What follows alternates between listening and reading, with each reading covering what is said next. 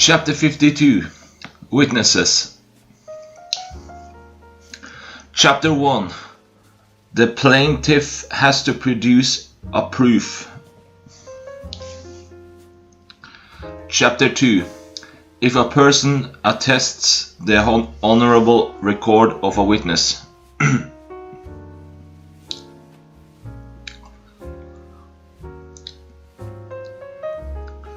Narrated Urwa bin al-Musayyab, Alqama bin Waqas, and Ubaydullah bin Abdullah.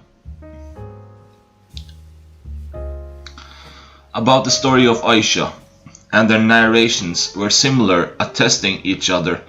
When the liars said what they invented about Aisha and the divine inspiration was delayed, Allah's messenger sent for Ali and Usama to consult them in divorcing his wife, Aisha. Usama said, "Keep your wife, as we know nothing about her except good." Burayda said, "I cannot accuse her of any defect except that she is still a young girl who sleeps." Neglecting her family's dough, which the domestic goats come to eat. She was too simple-minded to deceive her husband. Allah's messenger said, "Who can help me to take revenge over the man who has harmed me by defaming the reputation of my family? By Allah, I am not known about my family anything except good." And they mentioned accused a man about whom I did not know anything except good.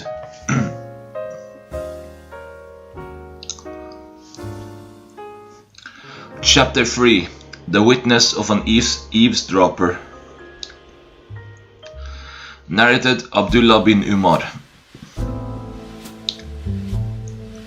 Allah's messenger and Ubay bin Ka'b al-Ansari went to the garden where Ibn Sayyad used to live.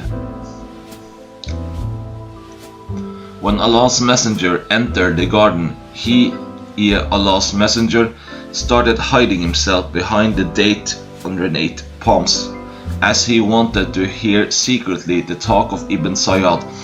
Before the latter saw him, Ibn Sayyad, wrapped with a soft decorated sheet, was lying on his bed, murmuring. Ibn Sayyad's mother saw the Prophet hiding behind the stems of the date palms. She addressed Ibn Sayyad, saying, "O Saf, this is Muhammad." Hearing that, Ibn Sayyad stopped murmuring or got cautious. The Prophet said, if she had left him undisturbed, he would have revealed his reality. See Hadith number 290, volume 4 for details. Narrated Aisha, the wife of Rifa al-Qurasi, came to the Prophet and said, I was Rifa's wife, but he divorced me, and it was a final irrevocable divorce. Then I married Abdur Rahman bin As-Zubayr, but he is impotent. The Prophet asked her, "Do you want to remarry Rifa? You cannot unless you had a complete sexual relation with your present husband." Abu Bakr was sitting with Allah's messenger, and Khalid bin Sa'id bin al-As was at the door waiting to be admitted. He said, "O Abu Bakr, do you hear what this woman is revealing frankly before the Prophet?" Chapter 4. When a witness or witnesses give an evidence. Narrated Abdullah bin Abu Mulaika from Uqba bin al-Harith. Uqba married the daughter of Abu Lahab bin Asis. And then a woman came and said, I suckled Uqba and his wife. Uqba said to her, I do not know that you have suckled me. and you did not inform me." He then sent someone to the house of Abu Lahab to inquire about that. But they did not know that she had suckled their daughter. Then Uqba went to the Prophet in Medina and asked him about it. The Prophet said to him, "How can you keep your wife after it has been said that both of you were suckled by the same woman?" So he divorced her, and she was married to another husband.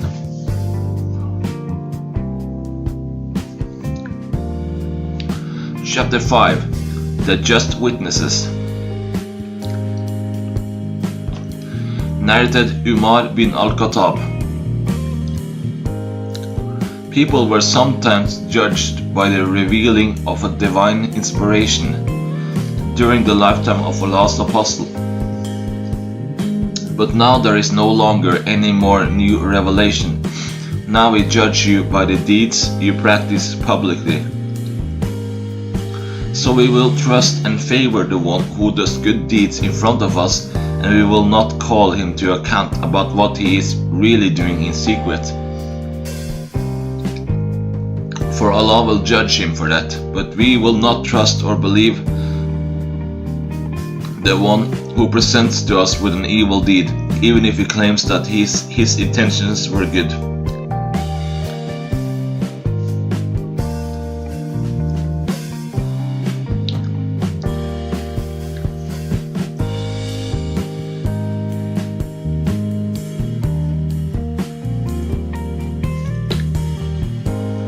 Chapter 6.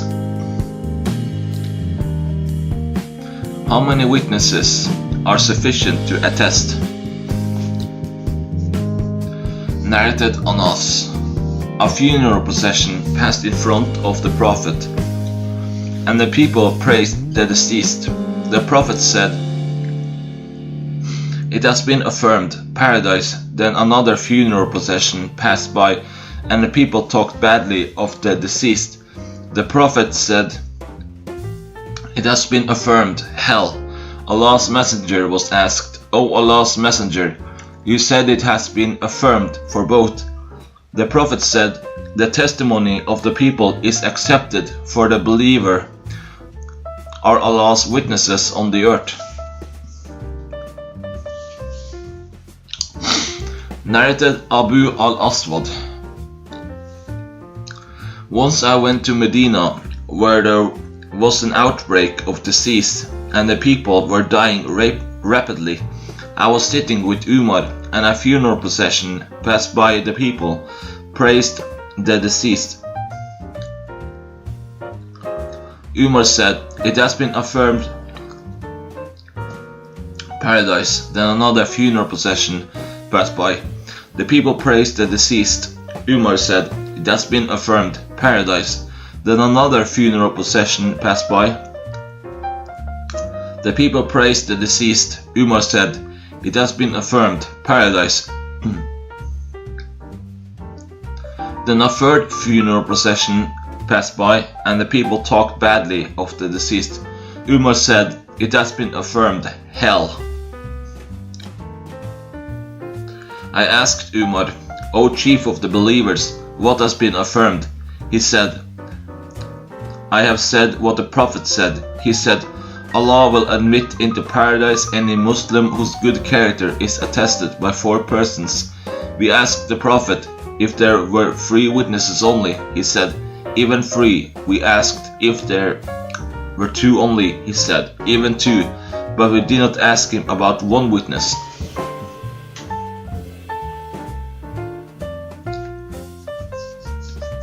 Chapter 7. To give witness concerning lineage, fosters, suckling, relations, and dead persons. Narrated Aisha. Allah asked the permission to visit me, but I did not allow him. He said, "Do you veil yourself before me, although I am your uncle?" Aisha said, "How is that?" Allah replied, "You were suckled by my brother's wife, and with my brother's milk, I asked Allah's Messenger about it, and he said, Allah is right, so permit him to visit you. Narrated Ibn Abbas. The Prophet said about Hamza's daughter, I am not legally permitted to marry her, as foster relations are treated like blood relations in marital affairs. She is the daughter of my foster brother.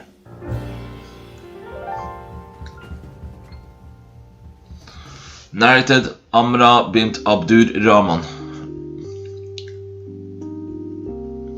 That Aisha, the wife of the Prophet, told her uncle that once while the Prophet was in her house, she heard a man asking Hafsa's permission to enter her house. Aisha said, I said, O Allah's Messenger, I think the man is Hafsa's foster uncle. Aisha added, O Allah's Messenger, there is a man asking the permission to enter your house. Allah's Messenger replied, I think the man is Hafsa's foster uncle. Aisha said, if so and so were living, yet her foster uncle, would he be allowed to visit me? Allah's Apostle said, yes, he would, as the foster relations are treated like blood relations in marital affairs. Narrated Aisha. Once the Prophet came to me while a man was in my house. He said, O Aisha, who is this man? I replied, my foster brothers. He said, O Aisha, be sure about your foster brothers, as fostership is only valid if it takes place in the suckling period before 2 years of age. Chapter 8. The witness of a person falsely accusing somebody of illegal sexual intercourse, and the witness of a thief or an adulterer. Narrated Urwa bin As-Subayr. A woman committed theft in the Ghazwa of the conquest of Mecca, and she was taken to the Prophet, who ordered her hand to be cut off. Aisha said, her repentance was perfect, and she was married later, and used to come to me after that. I would present her needs to Allah's Messenger. Narrated Sayyid bin Khalid. Allah's Messenger ordered that an unmarried man who committed illegal sexual intercourse be scourged 100 lashes and sent into exile for 1 year. Chapter 9. Do not be a witness for an injustice if asked for that. Narrated An Numan bin Bashir. My mother asked my father to present me a gift from his property, and he gave it to me. After some hesitation, my mother said that she would not be satisfied unless the Prophet was made a witness to it. I, being a young boy, my father held me by the hand and took me to the Prophet. He said to the Prophet, his mother, Bint Rawaha, requested me to give this boy a gift.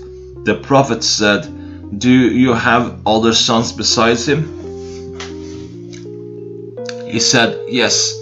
The Prophet said, do not make me a witness for injustice. Narrated Ash-Shubi that the Prophet said, I will not become a witness for injustice. Narrated Saddam bin Mudrab. I heard Imran bin Hussein saying, the Prophet said, the best people are those living in my generation, then those coming after them, and then those coming after the second generation. Imran said, I do not know whether the Prophet mentioned 2 or 3 generations after your present generation. The Prophet added, there will be some people after you who will be dishonest and will not be trustworthy, and will give witness evidences without being asked to give a witness, and will vow but will not fulfill their vows, and obesity will appear among them. Narrated Abdullah. The Prophet said, the people of my generation are the best, then those who follow them, and then those who follow the ladder. After that there will come some people whose witness will go ahead of their oaths, and their oaths will go ahead of their witness. Ibrahim, a sub-narrator, said, "We used to be beaten for taking oaths by saying, 'I bear witness by the name of Allah,' or by the covenant of Allah." Chapter 10. False Witness. Narrated Anas. The Prophet was asked about the great sins. He said, they are 1. To join others in worship with Allah. 2. To be undutiful to one's parents. 3. To kill a person which Allah has forbidden to kill. Yet to commit the crime of murdering. 4. And to give a false witness. Narrated Abu Bakr. The Prophet said thrice, "Should I inform you out the greatest of the great sins?" They said, "Yes, O Allah's Messenger." He said, "To join others in worship with Allah and to be undutiful to one's parents."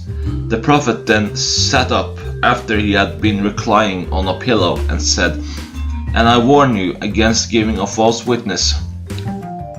And he kept on saying that warning till we thought he will not stop. See Hadith number 7, volume 8. Chapter 11. The Witness of a Blind Man, His Marriage, His Affairs. Narrated Aisha. The Prophet heard a man reciting Quran in the mosque, and he said, "May Allah bestow His mercy upon him. No doubt he made me remember such and such verses of such and such surah, which I dropped from my memory." Narrated Aisha. The Prophet performed the Tahajjud prayer in my house, and then he heard the voice of Abad, who was praying in the mosque, and said, "O Aisha, is this Abad's voice?" I said, "Yes." He said, "O Allah, be merciful to Abad."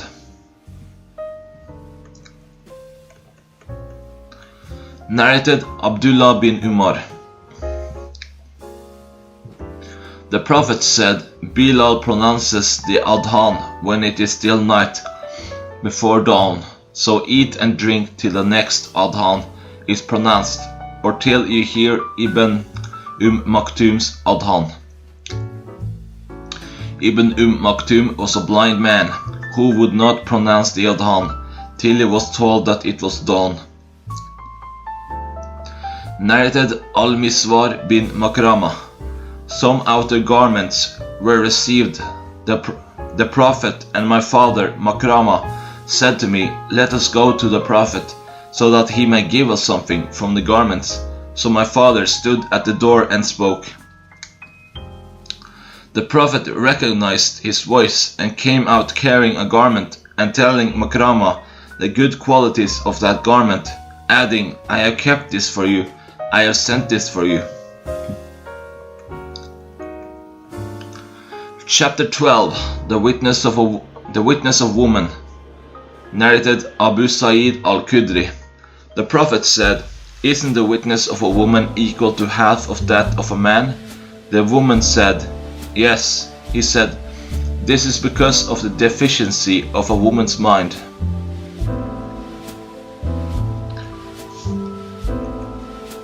Chapter 13. The Witness of Male and Female Slaves. Narrated Uqba bin al-Harith, that he had married Yahya bint Abu Lahab. He said, "A black slave lady came and said, 'I suckle you both.'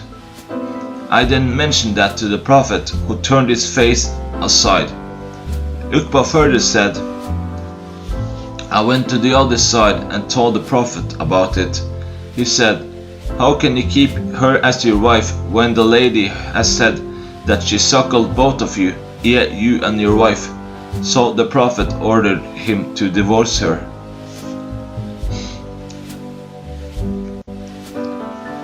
Chapter 14. The Witness of a Wet Nurse. Narrated Uqba bin al-Harith. I married a woman, and later on a woman came and said, I suckled you both. So I went to the prophet to ask him about it. He said, how can you keep her as a wife, when it has been said that you were foster brother and sister? Leave, divorce her.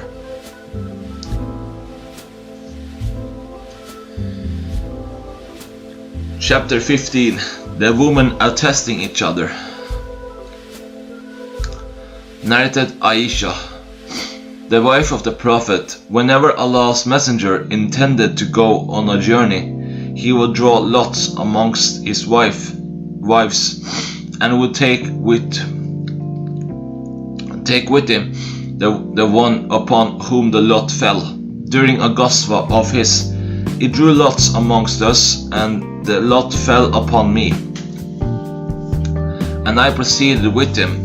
After Allah had decreed the use of the veil by women, I was carried in a howdah on the camel, and dismounted was still in it. When Allah's Messenger was through with his ghazwa and returned home, and we approached the city of Medina, Allah's Messenger ordered us to proceed at night. When the order of setting off was given, I walked till I was past the army to answer the call of nature. After finishing, I returned to the camp to depart with the others, and suddenly I realized that my necklace over my chest was missing, so I returned to look for it and was delayed because of that. The people who used to carry me on the camel came to my howdah and put it on the back of the camel, thinking that I was in it, as at that time women were light in weight and thin and lean, and did not used to eat much. So those people did not feel the difference in the heaviness of the howdah while lifting it, and they put it over the camel. At that time I was a young lady. They set the camel moving and proceeded on. I found my necklace after the army had gone, and came to their camp to find nobody. So I went to the place where I used to stay, thinking that they would discover my absence and come back in my search. While in that state, I felt sleepy and slept. Safwan bin Mu'attal as-Sulami ad-Dakwani was behind the army and reached my abode in the morning. When he saw a sleeping person, he came to me, and he used to see me before wailing. So I got up when I heard him saying, Inna lillahi wa inna ilaihi raji'un. We are for Allah and we will return to Him. He made his camel kneel down. He got down from his camel and put his leg on the front legs of the camel, and then I rode and sat over it. Safwan set out walking.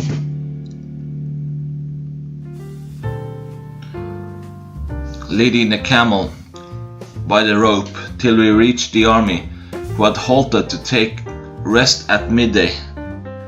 Then whoever was meant for destruction fell into destruction. Some people accused me falsely, and the leader of the false accusers was Abdullah bin Ubay bin Salul. After that we returned to Medina, and I became ill for 1 month, while the people were spreading the forged statements of the false accusers. I was feeling during my ailment as if I were not receiving the usual kindness from the Prophet, which I used to receive from him when I got sick, but he would come, greet and say, "How is that girl?" I did not know anything of what was going on till I recovered from my ailment and went out with Mista to the Manasi, where we used to answer the call of nature, and we used not to go to answer the call of nature except from night to night, and that was before we had lavatories near to our houses. And this habit of ours was similar to the habit of the old Arabs in the open country or away from houses. So I and Mista bint Rum went out walking. Mista stumbled because of her long dress, and on that she said, "Let Mista be ruined." I said, "You are saying a bad word. Why are you abusing a man who took part in the Battle of Badr?" She said, "Oh Hanata, you there, didn't you hear what they said?" Then she told me the rumors of the false accusers. My sickness was aggravated, and when I returned home, Allah's messenger came to me, and after greeting he said, "How is that girl?" I requested him to allow me to go to my parents. I wanted them to be sure of the news through them. Allah's messenger, allowed me, and I went to my parents and asked, "My mother, what are the people talking about?" She said, "Oh my daughter, don't worry much about this matter. By Allah, never is there a charming woman loved by her husband who has other wives, but a woman would forge false news about her." I said, "Glorified be Allah. Are the people really taking of this matter?" That night I kept on weeping and could not sleep till morning. In the morning, Allah's messenger called Ali bin Abi Talib and Usama bin Zayd when he saw the divine inspiration delayed to console them about divorcing his wife Aisha. Usama bin Zayd said what he knew of the good reputation of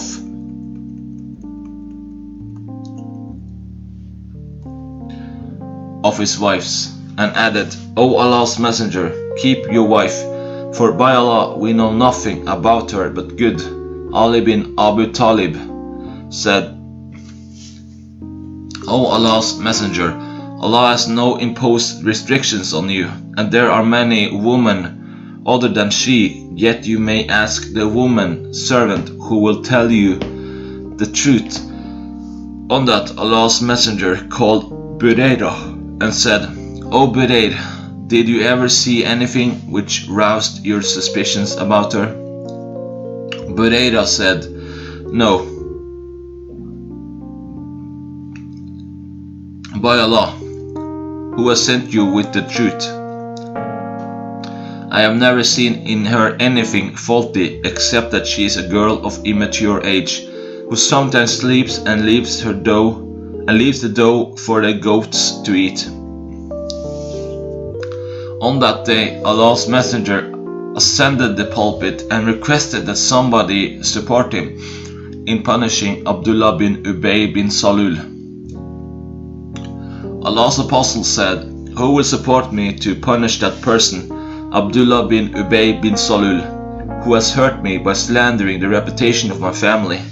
By Allah, I know nothing about my family but good, and they have accused a person about whom I know nothing except good.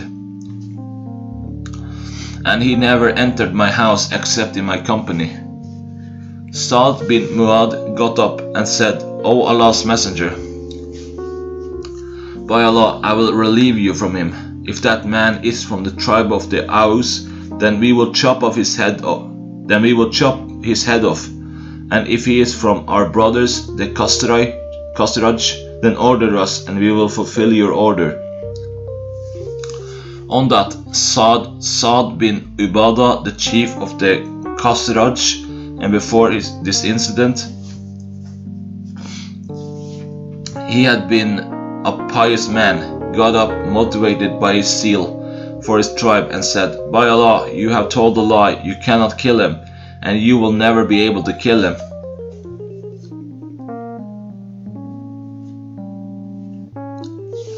On that, Usaid bin al-Hadir got up and said to Sa'd bin Ubadah, "By Allah, you are a liar. By Allah, we will kill him, and you are a hypocrite, defending the hypocrites."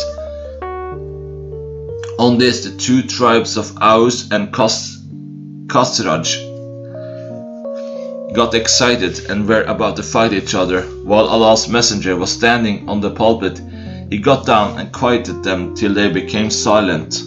And he kept quiet on that day. I kept on weeping, so much so that neither did my tears stop, nor could I sleep. In the morning my parents were with me, and I had wept for 2 nights and a day, till I thought my liver would burst from weeping.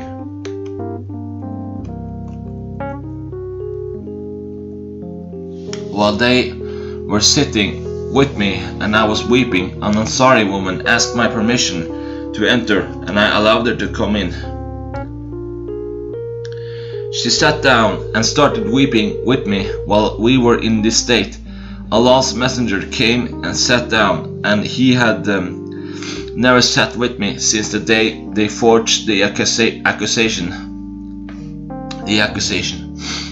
No revelation regarding my case came to him for a month. He recited Tashahhud, yet none has the right to be worshipped but Allah, and Muhammad is his apostle. And then said, "O Aisha, I have been informed such and such about you. If you are innocent, then Allah will soon reveal your innocence. And if you have committed a sin, then repent to Allah and ask Him to forgive you. For when a person confesses his sin and asks Allah for forgiveness, Allah accepts his repentance." When Allah's messenger finished his speech, my tears ceased completely, and there remained not even a single drop of it. I requested my father to reply to Allah's messenger on my behalf. My father said, "By Allah, I do not know what to say to Allah's messenger." I said to my mother, "Talk to Allah's messenger on my behalf." She said, "By Allah, I don't know what to say to Allah's apostle. I was a young girl and did not have much knowledge of the Quran."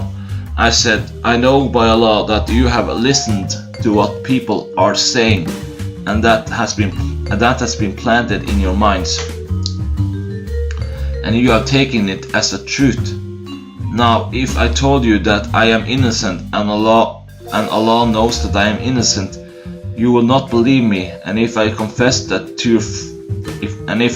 to you falsely that I am guilty, and Allah knows that I am innocent, you will believe me.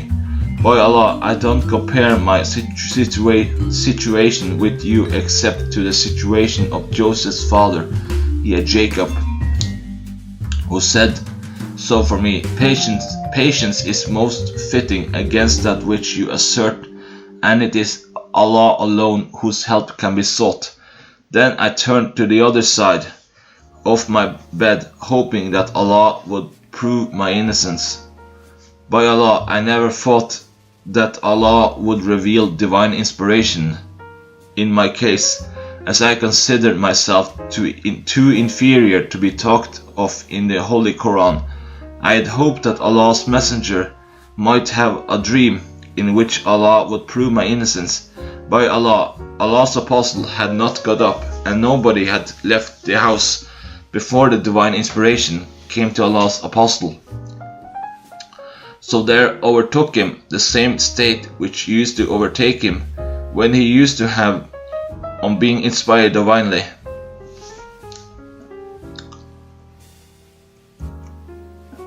He was sweating so much so that the drops of the sweat were dropping like pearls, though it was a cold wintry day.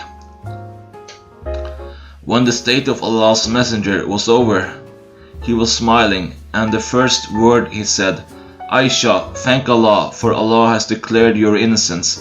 My mother told me to go to Allah's messenger."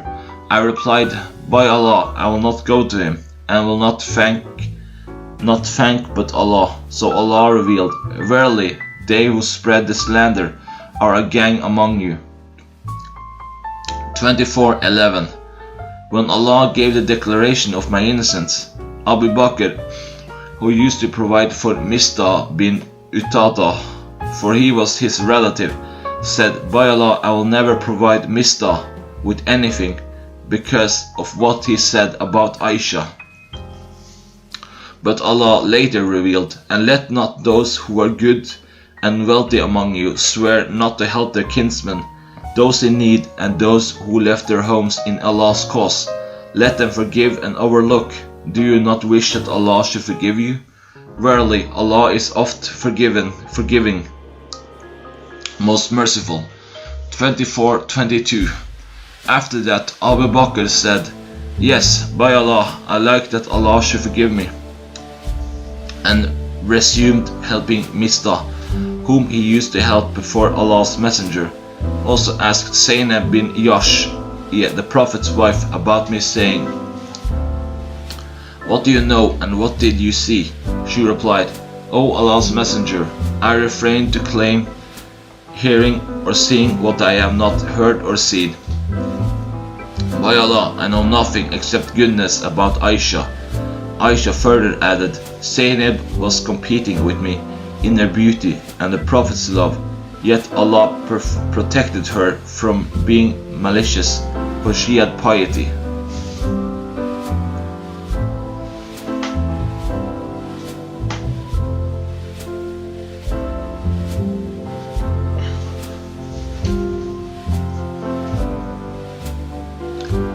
Chapter 16. If only one man attests the conduct of another. Narrated Abu Bakr. A man praised another man in front of the Prophet. The Prophet said to him, "Woe to you, you have cut off your companion's neck. You have cut off your companion's neck,"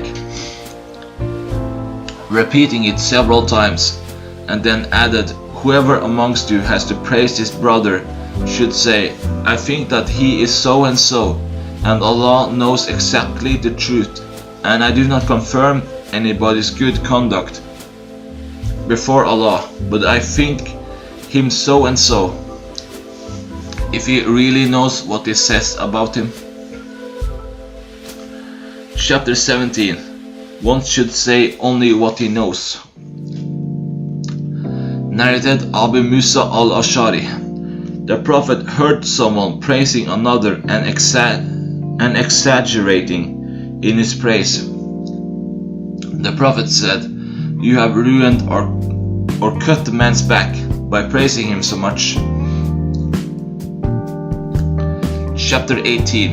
The boys attaining the age of puberty and their witness. Narrated Ibn Umar. Allah's messenger called me to present myself in front of him, or the eve of the battle of Uhud, while I was 14 years of age at that time, and he did not allow me to take part in that battle. But he called me in front of him on the eve of the battle of the Trench, when I was 15 years old, and he allowed me to join the battle.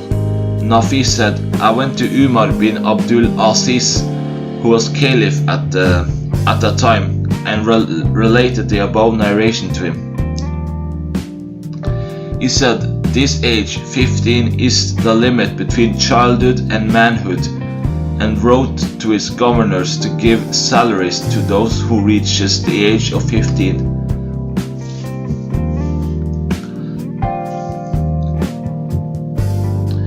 Narrated Abu Sa'id al-Khudri. The Prophet said, bath on Friday is compulsory for those who have attained the age of puberty. Chapter 19. The question of the judge to the plaintiff, have you a proof? Narrated Abdullah. Allah's messenger said, if somebody takes a false oath in order to get the property of a Muslim unjustly by that oath,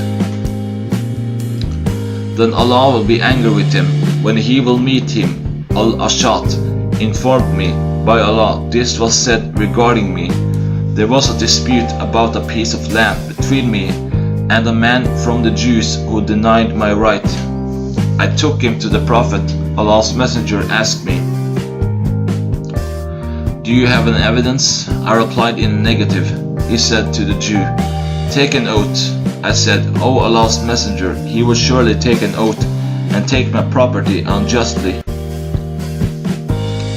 So Allah revealed, "Verily, those who purchase a little gain at the cost of Allah's covenant and their oaths." 377. Chapter 20. The defendant must take an oath. Narrated Ibn Abu Mulaika. Ibn Abbas wrote that the Prophet gave his verdict on the basis of the defendant's oath. Narrated Abu Wa'il. Abdullah bin Masud said, "Whoever takes a false oath in order to grab some property unjustly, Allah will be angry with him. When he will meet him, Allah confirmed that through his divine revelation, verily those who purchase a little gain at the cost of Allah's covenant and their oaths, they will have a painful punishment." 377. Al-Ashad bin Qais came to us and asked, "What is Abu Abdud Rahman, i.e. Abdullah, telling you?" We told him what he was narrating to us. He said, "He was telling the truth. This divine verse was revealed in connection with me. There was a dispute between me and another man about something, and the case was filed before Allah's Messenger, who said, 'Produce your two witnesses, or else the defendant is to take an oath.' I said, 'The defendant will surely take a false oath, caring for nothing.' The Prophet said, 'Whoever takes a false oath in order to grab others' property, then Allah will be angry with him when he will meet him.' Then Allah revealed its confirmation. Al-Ashad then recited the above divine verse. 377. Chapter 21. If someone claims something or accuses somebody, he should be given respite to get evidence. Narrated Ibn Abbas. Hilal bin Umayyah accused his wife before the Prophet of committing illegal sexual intercourse with Sharik bin Sama. The Prophet said, "Produce a proof, or else you will get the legal punishment by being lashed on your back." Hilal said, "O Allah's Messenger, if any one of us saw another man over his wife, would he go to search for a proof?" The Prophet went on saying, "Produce a proof, or else you would get the legal punishment by being lashed on your back." The Prophet then mentioned the narration of Leon as in the Holy Book, Surat Al-Nur 24. Chapter 22. The taking of an oath after the Asr prayer. Narrated Abu Hurairah. Allah's Messenger said, "There are three persons whom Allah will neither talk to, nor look at, nor purify from the sins, and they will have a painful punishment. They are: 1. A man possessed superfluous water on a way and he withheld it from the travelers. 2. A man who gives a pledge of allegiance to a Muslim ruler and gives it only for worldly gains. If the ruler gives him what he wants, he remains obedient to it, otherwise he does not abide by it. And 3. A man bargains with another man after the Asr prayer, and the latter takes a false oath in the name of Allah, claiming that he has been offered so much for the thing, and the former believes him and buys it." Chapter 23. The defendant has to take an oath wherever it becomes legally compulsory. Narrated Ibn Masud. The Prophet said, "Whoever takes a false oath in order to grab others' property, then Allah will be angry with him when he will meet him." Chapter 24. If some people have to take an oath and each of them wants to take it first. Narrated Abu Huraira. The Prophet asked some people to take an oath, and they hurried for it. The Prophet ordered that lots should be drawn amongst them as to who would take an oath first. Chapter 25. The statement of Allah Ta'ala. Verily, those who purchase a small gain at the cost of Allah's covenant and their oaths, they shall have no portion in the hereafter. Narrated Abdullah bin Abu Aufa. A man displayed some goods in the market and took a false oath that he had been offered so much for them, though he was not offered that amount. Then the following divine verse was revealed. Verily, those who purchase a little gain at the cost of Allah's covenant and their oaths will get painful punishment. 377. Ibn Abu Aufa added, such person as described above is a treacherous riba eater, eater of usury. Narrated Abu Wa'il from Abdullah.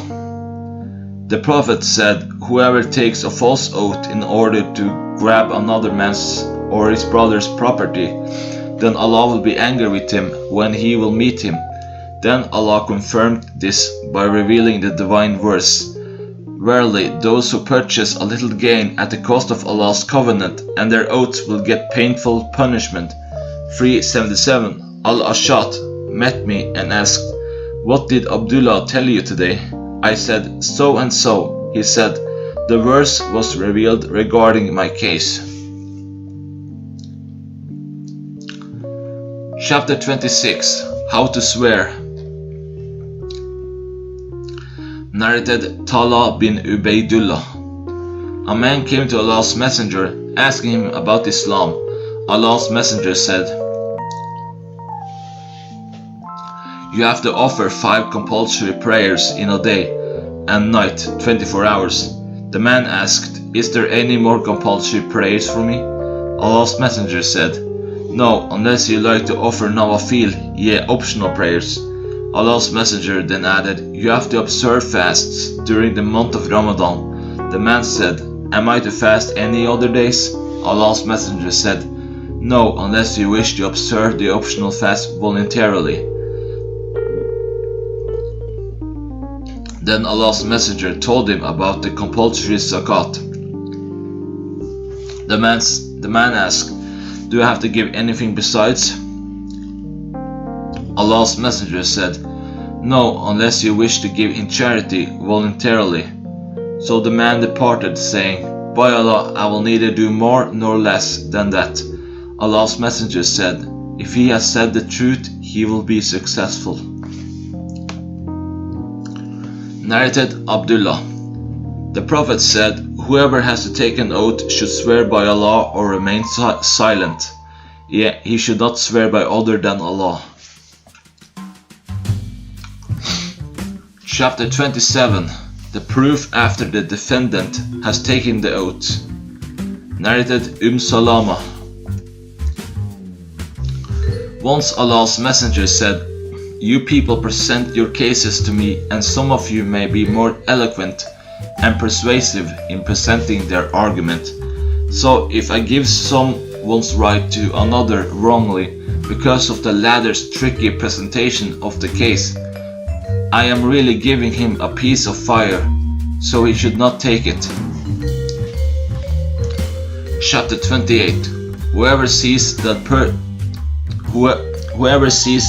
that promises should be fulfilled. Narrated Abdullah bin Abbas. Abu Sufyan told me that Heracles said to him, when I inquired you what Muhammad ordered you, you replied that he ordered you to establish the prayer, to speak the truth, to be chaste, to keep promises, and to pay back trusts. Then Heracles added, these are really the qualities of a prophet. Narrated Abu Huraira. Allah's Messenger said, the signs of a hypocrite are 3. 1. Whenever he speaks, he tells a lie. 2. Whenever he is entrusted, he proves to be dishonest. 3. Whenever he promises, he breaks his promise.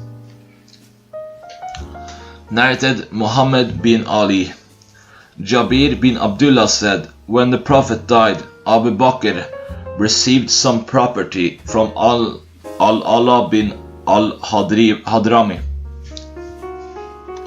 Abu Bakr said to the people, whoever has a money claim on the Prophet or was promised something by him should come to us so that we may pay him his right. Jabir added, I said to Abu Bakr, Allah's messenger promised me that he would give me this much and this much and this much, spreading his hands 3 times. Jabir added, Abu Bakr counted for me and handed me 500 gold pieces, and then 500 and then 500. Narrated Sa'id bin Jubair. A Jew from Hira asked me which one of the 2 periods Musa, Prophet Moses, completed. I said, I don't know, but wait till I see the most learned Arab and inquire him about it. So I went to Ibn Abbas and asked him. He replied, Moses completed a longer and better period. Ibn Abbas added, no doubt an apostle of Allah always does what he says. Chapter 29. Al-Mushrikun should not be asked to give witness. Narrated Ubaydullah bin Abdullah bin Utbah. Ibn Abbas said, O Muslims, how do you ask the people of the scriptures, though your book, the Quran, which was revealed to his prophet, is the most recent information from Allah, and you recite it, the book that has not been distorted. Allah has revealed to you that the people of the scriptures have changed with their own hands what was revealed to them, and they have said as regards their changed scriptures, this is from Allah, in order to get some worldly benefit thereby. Ibn Abbas added, isn't the knowledge revealed to you sufficient to prevent you from asking them? By Allah, I have never seen any one of them asking Muslims about what has been revealed to you. Chapter 30. Drawing lots to solve problems. Narrated on Nu'man bin Bashir. The Prophet said, the example of the person abiding by Allah's orders and limits or the one who abides by the limits and regulations prescribed by Allah, in comparison to the one who do wrong and violate Allah's limits and orders, is like the example of people drawing lots for seats in a boat. Some of them got seats in the upper part, while the others in the lower part. Those in the lower part have to pass by those in the upper one to get water, and that troubled the latter. One of them, the people in the lower part, took an axe and started making a hole in the bottom of the boat. The people of the upper part came and asked him, saying, what is wrong with you?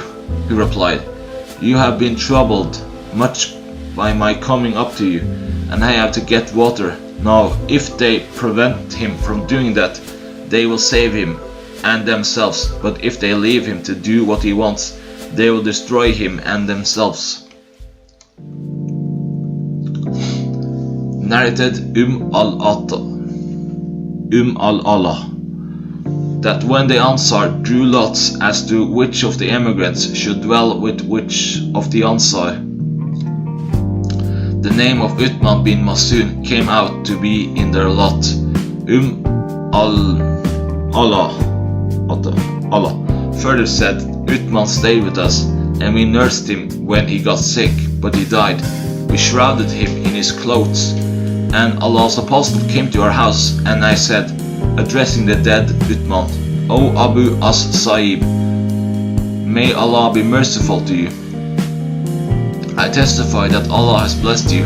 The Prophet said to me, How do you know that Allah has blessed him? I replied, I do not know, O Allah's Messenger. May my parents be sacrificed for you. Allah's Messenger said, As regards Uthman, by Allah, he has died, and I really wish him every good. Yet, by Allah, although I am Allah's Messenger, I do not know what will be done to him. Al-Allah added, By Allah, I shall never attest the piety of anybody after him, and what Allah's messengers said made me sad. Al-Allah further said, Once I slept and saw in a dream a flowing stream for Uthman, so I went to Allah's messenger and told him about it. He said, That is the symbol of his deeds. Narrated Aisha. Whenever Allah's messenger intended to go on a journey, he used to draw lots among his wives, and should take with him the one on whom the lot fell. He also used to fix for everyone of his wives a day and a night.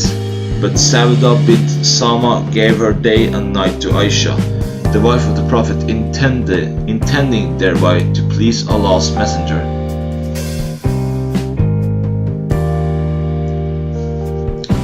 Narrated Abu Hurairah. Allah's messenger said, If the people knew what is the reward of making the call for the prayer, and of being in the first row in the prayer, and if they found no other way to get this privilege except by casting lots, they would certainly cast lots for it. If they knew the reward of the noon prayer, they would race for it, and if they knew the reward of the morning Fajr and Isha prayers, they would present themselves for the prayer, even if they had to crawl to reach there.